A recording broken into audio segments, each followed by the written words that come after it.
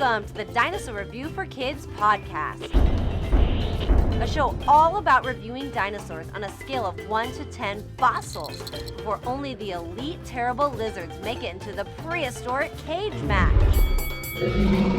This program is presented by the Stomp Company and can be heard within all the rock layers across the planet. Grab your dinosaurs and your official scorecard because it's now time to dig for dinosaurs. Here's your Mesozoic host, Dinosaur Ranger Anthony.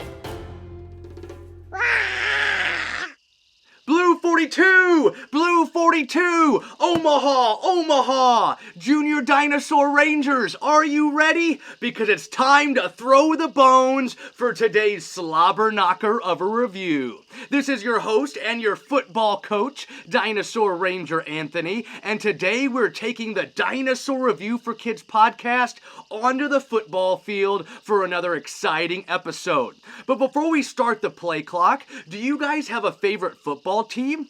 Now, sadly, I'm a Nebraska Cornhuskers and a New York Jets fan. Sad, I know, right? These two teams have been struggling for years. I think Joe Namath sold the New York Jets to the devil back when he guaranteed that Super Bowl in Super Bowl III. And the Huskers, we haven't been back to the promised land since 1997. And don't even get me started on last Monday's Aaron Rodgers injury. Only 4 plays into the Jets season. And the Huskers, their QB has been throwing more interceptions than touchdowns. It's just so heartbreaking being a fan of both of these teams. And each team just can't seem to catch a break, or even a franchise quarterback for that matter. Now huddle up, because it's time for our sneak peek for today. Now, although today's genus may have lived close to the water, it didn't have web-like hands, like paleontologists believed way back in the early 1900s. Instead, these fossilized web impressions were just pads that helped support the dinosaur's massive weight. And as the dinosaur began to fossilize, these pads were flattened, which made it look like they were webbed fingers. Now, nonetheless, I bet these hands would have still been good on the football field. Now, you guys, let's switch on over to the Dino Bus. We've locked in our second sponsor since our last podcast. So here's a piled high shout out to Godfather's Pizza. Only the best pizza in all the land. I love Godfather's, you guys. Their thin crust pepperoni, their taco pizza, it's just all so good. And they signed on as a Mesozoic sponsor. And this is my highest sponsorship tier, and I can't thank them enough for joining the Dino Bus team. I'll be so proud to display the Godfather's logo on the Dino Bus. Now, we also have 2 buses that we're looking at, you guys, to purchase, hopefully before winter gets here. One's over in Colorado, and one is up in Michigan. So wish us luck that we get our dream bus here soon. Now, you guys, let's give out a few shout-outs before our review today. Shout out to Vala's Pumpkin Patch, the local pumpkin patch, you guys, that's here in Omaha where I live. We just have so much fun out there at the farm. We visited a couple weekends ago, and then we're also going back this weekend, and I cannot wait. It's going to be so much fun. Shout out to Chirpy's Play Cafe. We went and did our dino-mite fossil cart show there last weekend, you guys, and it was just so much fun, educating and entertaining all those little kids. It was just dynamite. So shout out to Chirpy's Play Cafe. Now, a happy birthday to Camden, Ella, and Brentley. Those are 3 birthday parties I've gone to over the last couple weeks, you guys. Had so much birthday party fun. Now, last Wednesday, we went and did our second road trip out to Grand Island, Nebraska, just a couple hours away from where I live, and we visited the Peace Lutheran Preschool, the Teaching Tree, and the Creative Corner. So thank you to all 3 of you guys for bringing me out for another amazing dinosaur road trip out to Grand Island. Shout out to Fat Brain Toys. We went and visited their toy store on Saturday, a couple days ago, and it was a packed house. I don't think they could have gotten any more dinosaurs, or people for that matter, inside of that toy store. It was jam-packed. And also a shout out to the Wildlife Safari Park and the Henry Dorley Zoo for bringing me back before the dinosaurs went extinct out there. So here in Nebraska where I live, we have a wildlife safari park with buffalo and big elk and bears, wolves. It's just too cool. And this year they brought some of those animatronic dinosaurs, you guys. So I've been out there a couple times with my business, the Stomp Chomp Roar Show, and we just had so much going back there. It was tons of fun. Now grab your jerseys, you guys, and your footballs. And don't forget your official Dinosaur Review for Kids scorecard, because it's time to start this prehistoric drive. Let's get this play started. Ready, set, hut, hike! Now here we are, all my junior paleontologists. We made it onto the football field or back into the science lab. And today we're talking about no one other than the Corythosaurus. The Corythosaurus. And it's just an awesome duckbill dinosaur. You guys know I love the duckbills. Now the Corythosaurus, just like this one I have here from the Hammond collection in my science lab, is just simply amazing. I can't get enough of this toy right here. Now the Corythosaurus means the helmet lizard. The helmet lizard, and sometimes I've even read the Corinthian helmet lizard. And the Corinthians, you guys, those are back in ancient Greece, way back when. Now the helmet lizard is just an amazing dinosaur. And what's its order? What is the dinosaur order of the Corythosaurus? Well, this is an ornithischian type dinosaur. Those are the bird hip dinosaurs before it falls in the ornithopod subgroup, and those are herbivores. And then at one time they believed it was a hadrosaurid, but now we even believe maybe it's a lambeosaurid. So on an ornithischian, an ornithopod, and a lambeosaurid, and that's its dinosaur order. Now, how big was this dinosaur? What was the length, the height, and the weight of our Corythosaurus? Now, this one is up to 33 feet long, or 10 meters. It's up to 6.6 feet high, or 2 meters at the hips, you guys, when it's on all four legs right there at the hips. And then it can weigh 6 to 10,000 pounds, or 3 to 5 tons. Now, I mentioned it's only 6.6 feet high at the hips. If they were up on their bipedal stance, I didn't really find too much how tall they were when they were on two legs, kind of standing up, but I bet they can get at least double of that body height. So I bet around 12 feet high when they're up on two legs, maybe looking over into the distance, looking for any of those carnivore dinosaurs. Now, this is a large duck-billed herbivore. They ate conifers, seeds, all types of plants, and maybe even some seaweed if they were living next to the wetlands, you guys. Now, how fast was this dinosaur? How quick was the Corythosaurus? Could they be a running back out on the football field? Well, this one is up to 30 miles per hour, so it's going to be a little bit quicker than our Tyrannosaurus Rex, so it might be able to just get away enough not to be eaten. Now, if they were going a little bit slower and the T-Rex was a little bit faster, what also helps our Corythosaurus, it has good stamina, so it's going to be able to run longer than the T-Rex or the Albertosaurus could, and that's going to help it get away from those meat eaters. Now, it's a bipedal and a quadrupedal dinosaur, so it can walk on 2 feet, run on 2 feet, and also get down on all 4 feet, and it's kind of scrounging around looking for all kinds of food to eat as they're foraging for food. So again, up to 30 miles per hour for our Corythosaurus. Now, what weapons, defense, other characteristics did this duck-billed dinosaur have? Now, let's start with why it's called the helmet lizard. It has a hollow helmet-like flat bony crest on its short but 28-inch tall skull. Let me say that again, okay? That was a lot. So our Corythosaurus had a hollow helmet-like flat bony crest on its short but 28-inch tall skull. So their skull is short, but it's tall, 28 inches in height, you guys, because that head crest is on top of their head, rather going behind their head like the Parasaurolophus. It's hollow, it's very helmet-like, and that's why it's the helmet lizard. Now, what was it used for? Why did the Corythosaurus have this helmet on its head? Did it really want to play football? Or maybe they're using it for sound. So many scientists believe they're using that head crest for somewhat of a sound. It made a trombone-like sound, somewhat of a low-frequency horn, you guys, maybe like an air horn, something like that. And even when I go do my shows, I bring this little horn right here, and I blow air into it, and it sounds like the duck-billed dinosaurs back during the Mesozoic era. So I'll blow it for you guys here. I'm not totally sure how good it's going to pick up on our microphone, but here goes, okay? Super cool, right? Does it sound like a dinosaur cow?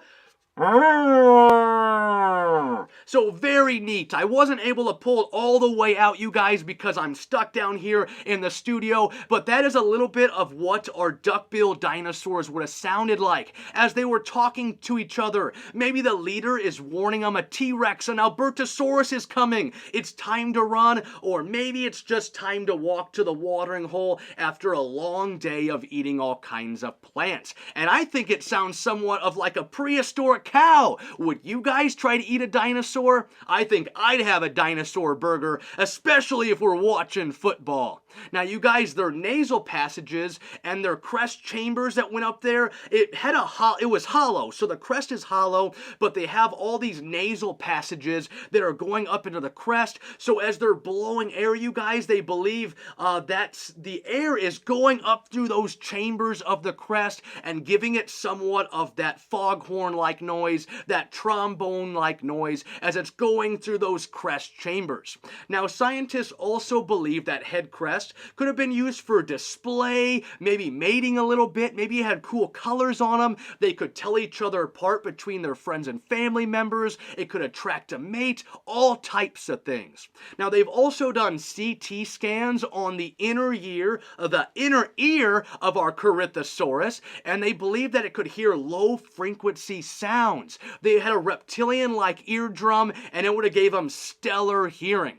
Now, they also have a scleral eye ring, you guys, that allows the Corythosaurus to see well in the day and at night. So they believe this dinosaur didn't just live all throughout the daytime during the sun and sleep all throughout the night. This dinosaur could have been going in shifts, eating, walking around, drinking water, taking a nap, and getting up and doing it all over again in the daylight and during the night as they're over underneath the bright lights of the stadium. Or maybe they're just using those eye rings to be able to see well good enough at night so they can keep walking around and be also alert from all those predators who might be trying to eat them. So those eye rings are giving them good eyesight. Now, you guys, they have a hard and narrow toothless beak, just like many of the herbivore dinosaurs and our duck-billed dinosaurs. So that beak at the end is going to help shred and pull apart all kinds of vegetation from the plant. They put it back into their cheek teeth, and they have hundreds of teeth in something called dental batteries, and that's going to help grind down and shred all that vegetation that they're eating.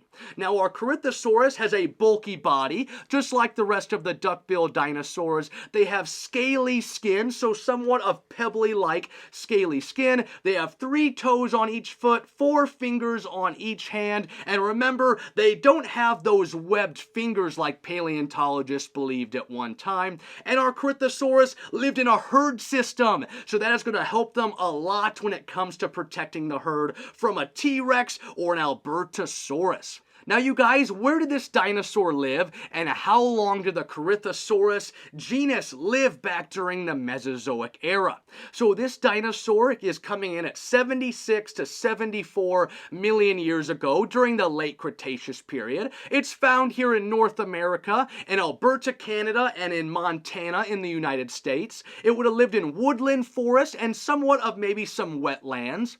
Now, it was found back in 1911 and named in 1914 by the famous paleontologist Barnum Brown, who also found and described the Tyrannosaurus rex, the tyrant lizard king. Now, the holotype, so the first fossil found, was a nearly complete specimen. Barnum Brown even found soft skin tissue, guys, that came with this holotype fossil of our Corythosaurus, and it was found over in the Red Deer River of Alberta. Now, there's also a very awesome story when it comes to the Corythosaurus specimens. So, two of the best specimens ever found of our helmet lizard, you guys, they were found by the paleontologist Charles Sternberg, and he sent them from North America over to the United Kingdom. Now, we were during World War I, and what happened was the SS Mount Temple, you guys, was transporting those fossils on its ship over to the UK, and it was struck and it was attacked by a German merchant raider ship, and they took over the ship, you guys. They took everybody off, and then they sent probably all kinds of torpedoes, whatever they sent at it, and they destroyed it, and they sunk the vessel. The SS Mount Temple went down into the Atlantic Ocean with the Corythosaurus fossils inside. So who's going to go out there and find them? I hope you don't. Don't go down into the Atlantic Ocean no matter what you do. Now, interesting enough, that vessel, the SS Mount Temple, was actually in a little bit of conspiracy, you guys. So that ship, they believe, was actually the closest boat to the Titanic. That's right, the Titanic that sank back in 1912, you guys, that went down after it hit the iceberg. The SS Mount Temple, they believe, it was wrapped up in all kinds of conspiracy, that it was the closest, and maybe it could have even made it back to save some of the people that were on the Titanic. But they believe that there was somewhat of an argument between the people that were on the radio waves, you guys, doing the SOS and all kinds of things. They got into an argument, you guys, and we'll just leave it at that. But anyway, the SS Mount Temple went down after it was sunk by a German merchant raider ship, and our Corythosaurus fossils went down to the bottom of the Atlantic Ocean. Now, you guys, what is going to be our score of our helmet lizard, an awesome duck-billed dinosaur? Now, remember, a quick recap. Our Corythosaurus, 33 feet long, 6.6 feet high, and possibly up to 12 feet high if it was standing on its two legs. They're weighing 3 to 5 tons. They can run up to 30 miles per hour, and their head crest is just the coolest thing. A hollow helmet-like flat bony crest on its tall skull, and it would have been used for somewhat of sound. They've got a bulky body, you guys, 3 toes, 4 fingers, that long tail behind them. They've got good eyesight for living during the day and at night, and they have stellar hearing. They have reptilian-like eardrums, and they lived back during the late Cretaceous period. So, you guys, what is going to be our score for the Corythosaurus, our helmet lizard? Is it going to get a good enough score to win the football game, you guys? Now, let's go ahead and grab our scorecard and put in our results. Today, the Corythosaurus is going to get a 5.9. A 5.9 for the Corythosaurus, the helmet lizard. It's an awesome duck-billed dinosaur, and today, its official score, its official game score, is a 5.9 on the Dinosaur Review for Kids podcast. Now, what did everyone think of that score? No, not the Huskers score, even though they did win last weekend thanks to their backup quarterback becoming the starter. But I'm talking about the Corythosaurus. A 5.9 is the perfect win for this terrible lizard. And as all of you know, I love the duck-billed dinosaurs. Wouldn't that be the coolest football team name? The Omaha Duckbills. I think I should make a fun logo for this idea. Now, the 5.9 is also a shout out to the year the father of American football, Walter Camp, was born way back in 1859. So a 59 and a 5.9 for the Corythosaurus. And funny enough, my dad was also born in the year 59, but not till 100 years later in 1959, and he also likes the Green Bay Packers, so go Pack Go! Now, as you remember, this season after each review, I'll also be doing a short interview with one of my Patreon club members. So let's go to overtime and meet another awesome junior dinosaur ranger. Well, today I'm joined by one of my earliest followers, if not my first biggest fan. This junior dinosaur ranger found me way back in 2020 when I started doing virtual lessons on Facebook Live. Ever since then, this fan has supported me in so much of what I do. I even met him and his wonderful family back in 2021 when I traveled to California for my family's Disneyland vacation. I had so much fun meeting them. And I also can't forget, he even won the second place in last year's Stomp, Chomp, Roar Dinosaur Awards. So everyone, please welcome Junior Dinosaur Ranger Sully to the Dinosaur Review for Kids podcast. Hello, Sully. How are you doing today? Good. Good. What have you been doing all day? Playing hockey, right? Yeah. Awesome. That's so much fun. I'm so proud of you. I always love seeing all the hockey stuff you do. But first things first, are you team herbivore or team carnivore? Team omnivore. Team omnivore, that's a good one. They eat a little bit of both, right? And as everyone knows, I like those herbivore dinosaurs, but the meat eaters, they're pretty cool too. Now, who's your favorite dinosaur? Triceratops. The Triceratops. Why do you think you like that one so much? Maybe their horns? Yeah. They've got some good defense, right? Just like when you're being a defender or a goalie playing hockey, the Triceratops uses those horns to defend themselves against maybe that tyrant lizard king, the T-Rex, huh? Now, what's your favorite dinosaur memory? Do you have a favorite movie or a favorite book? What do you always think about when you think about dinosaurs? I have two. All right, what are they? First one is making a cake Making a cake? of the Triceratops. Very cool. And then next one was a crazy one. So there's two dino statues, Spinosaurus and Triceratops. My friend said, so walk through the pond to get there. And it was all rain. And I took one step and I fell all the way to the bottom. Oh man, that's wild. Were they kind of fighting statues? Did they look like they were about to get in battle? No, They were just kind of hanging out. Yeah. Very cool. Well, hey, if you wanted to be a dinosaur species, what kind of dinosaur would you want to be? Who would it be? Would it be the Triceratops? Yeah. He's pretty cool, huh? Then you'd be eating all kinds of grass. Maybe you could come to my house and then I wouldn't have to mow the yard anymore. That'd be pretty cool, huh?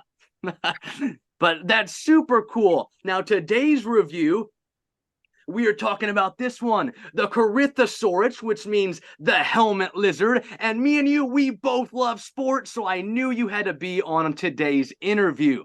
Now, the Corythosaurus, I gave it a 5.9 for today. And that's just 1 point underneath the Parasaurolophus. Do you think that's a good score? Is a 5.9 good for our Corythosaurus? Yeah. Very cool, huh? It can't totally be above that Parasaurolophus with that huge head crest behind it, and the Parasaurolophus is even a little bit bigger. Now, hey, what do you think? How do you think the dinosaurs really went extinct? Was it really those Georgia bulldogs? No. No, the bulldogs didn't cause the dinosaurs to go extinct? Well, how do you think they went extinct? The A big rock? the meteor came crashing, and then Yeah. and then the plants couldn't survive because there was no sunlight and no rain. So the plants died, and then when the herbivores couldn't eat, the carnivores died, and then when the omnivores had nothing to eat, because there's no plants and no dinosaurs to eat. That's right. That's right. With the sun blacked out from those black shirts that Husker defense, it caused all of our food to die, huh? So then our herbivores don't have nothing to eat, and when their herds started to die, then there was nothing left for our T-Rexes and all of our carnivore dinosaurs. Now, to shift over away from dinosaurs real quick, what are your favorite sports teams? First one, from hockey is Nashville. Ooh, the Nashville Predators with their Smilodon. He's super cool, huh? With those big teeth on there for playing some good hockey, huh? Um, And who's your favorite college football team? Georgia, my favorite professional. That's is, right. Oh, it's not Nebraska, huh? Nebraska's no good. You don't want to root for the Huskers. And my favorite professional is either Miami or Jacksonville. Oh, man, what about the Jets? Or Titans. The Titans are pretty cool too, but those Dolphins, oh man, I can't like the Dolphins when I'm a Jets fan, that's for sure. That's totally wonderful. And hopefully the Bulldogs do really good this year. I saw they won, so did the Huskers yesterday. They finally won their first game. Now, you guys, that is so awesome, talking about a little bit of dinosaurs, a little bit of sports. Do you have any last words for our listeners, Sully? Any last words you want to say about any cool dinosaurs? Why do you think? Tell everybody why the Triceratops is the coolest dinosaur. It's the coolest dinosaur because of its frill. Because of its frill? Yeah, I love that. And those different horns and those bony knobs around the frill. I have really started loving a lot of those ceratopsians because there's just so many different kinds from all different shapes of frills, from all different types of horns. They are really all kinds of diversity in that genus, that family of dinosaurs are ceratopsians. Well, thank you so much, Sully, for joining me for today. Did you have fun? Yeah. That's awesome, and thank you so much for joining me, Sully, and I can't wait for our next Patreon Club virtual lesson, and I hope you have a good rest of your day, all right? Go Huskers, throw the bones! Can you throw the bones? You make an X with your arms! Awesome. Well, I'll talk to you later, okay, bud? Yeah. See you later. Now, if you're interested in being interviewed on the Dinosaur Review for Kids podcast, then be sure to head over to my Patreon club and enroll as a junior dinosaur ranger. Just visit patreon.com and search Stomp, Chomp, Roar. Now, you guys, let's get to our joke and our question for today before we wrap up this football game and hit the highlight reels. Now, why did the Corythosaurus football coach go to the bank? Do you guys know why it went to the bank? Why did the Corythosaurus, the helmet lizard, the football coach, go to the bank? Huh. Well, you guys, I think it's quite simple. The Corythosaurus football coach was going to the bank to get its quarterback. Get its quarterback, its coin. Or was it really going to get a quarterback? Maybe they could send it to the New York Jets or even the Cornhuskers. They need a quarterback for sure. Now, you guys, our question for today. Now, imagine looking over a hill and seeing an enormous herd of Corythosaurus, each of them using their head crests to talk to each other. It would have just been an amazing sight to see. But what do you think they used their head crests for? Was it really for sound, or could it be for display? Or what about using it as a tool to be able to move all kinds of things around? Think about it. How many uses can you think of why this duck-billed dinosaur had that head crest up there on its head? Now remember, you guys, my name is Dinosaur Ranger Anthony, your football coach for today's review all about the Corythosaurus. And as always, keep digging for dinosaurs. Go Big Red!